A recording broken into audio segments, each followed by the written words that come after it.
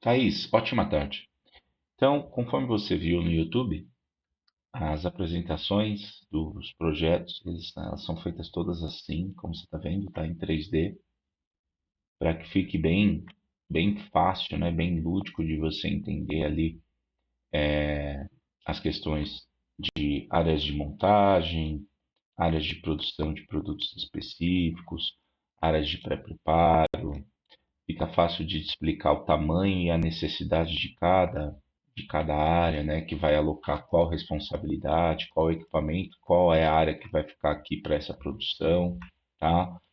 Fica fácil de explicar também as questões sanitárias, por que, onde tem que ter pia, por que tem que ter pia aqui, por que tem que ter pia aqui, por que tem que ter essa pia separada, tá? Fica bem mais fácil de explicar isso de uma maneira aqui no 3D. O 3D a gente consegue tanto ter uma representação aqui bem gráfica, bem interessante, né, que elucida bastante, mas também a gente consegue prever aqui situações como abertura de portas, espaços de corredores, para pensar na questão de circulação, tá? No seu caso, como você vai ser basicamente a área de delivery, né? Planejar a área de delivery certinho, para ter ideia do tamanho, quantas pessoas vão trabalhar, por onde vai sair o produto, por onde entra, qual o caminho que esse alimento vai fazer até chegar aqui na praça de montagem, qual o tamanho dessa praça de montagem, qual o tamanho dos equipamentos, tá? Tudo isso ele é pensado de acordo com o volume de cardápio, tá? Então, se você tem 80 tipos de lanche com 80 tipos de totem de acompanhamento, você vai precisar ter um monte de curvas aqui, entendeu? Agora, se você tem 10 tipos de lanche, você vai precisar ter um número mais simplificado, tá? É, o dimensionamento desses equipamentos e os tamanhos, assim como os seus memoriais descritivos, as marcas, modelos, tudo isso vai depender do planejamento que a gente montar. Então, vamos supor, Fernando, inicialmente eu quero vender, eu fiz um estudo aqui, eu preciso vender 30 lanches por dia para poder pagar as contas e sobrar X mil reais por mês aqui. Então, aí a gente vai fazer um planejamento para atender essa necessidade. Ah, Fernando, mas eu quero que eu tenha uma capacidade de investimento inicial pequena, mas eu quero num futuro estar ampliando esse negócio. Como eu vou ter que fazer a reforma do espaço, eu quero já deixar adequado para as próximas alterações. Então, é isso que eu digo quando a gente faz um planejamento para longo prazo.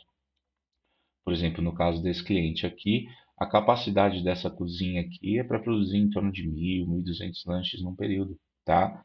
É, ele vai começar exatamente desse jeito aqui, que esse cliente está numa reforma? Não, ele não vai começar desse jeito, ele vai começar menor, até mesmo porque ele não tem toda essa capacidade de investimento inicial, tá? São equipamentos que têm o seu valor, tá? E às vezes o ideal é você comprar um equipamento menor, mas que produza melhor, que tenha uma qualidade maior de um equipamento, às vezes até maior, que seja mais barato, tá? Não é porque essa chapa, eu comprei uma chapa de 1,5 m, eu conheço chapas de 60 centímetros de comprimento que ela vai produzir mais que uma chapa de 90, tá?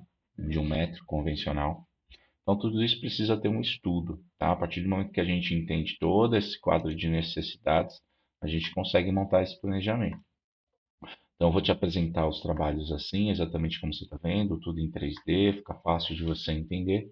À medida que a gente vai avançando, as alterações, aí sim a gente vai para a parte aqui, para a parte técnica, né?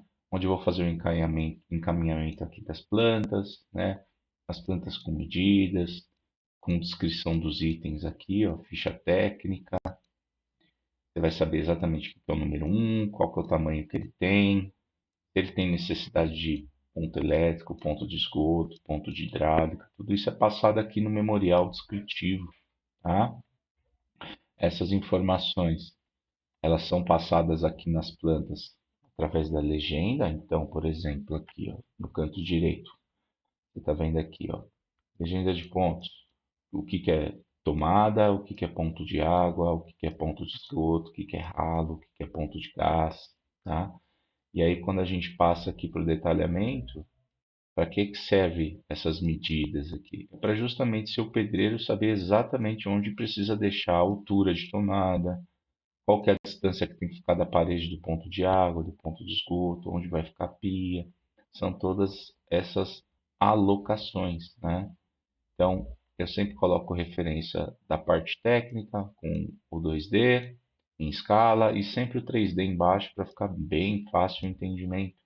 Mesma coisa aqui das elevações das paredes, para saber onde está cada ponto.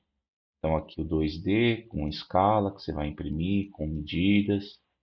E embaixo o 3D, para a pessoa entender justamente ao que se refere essa área aqui.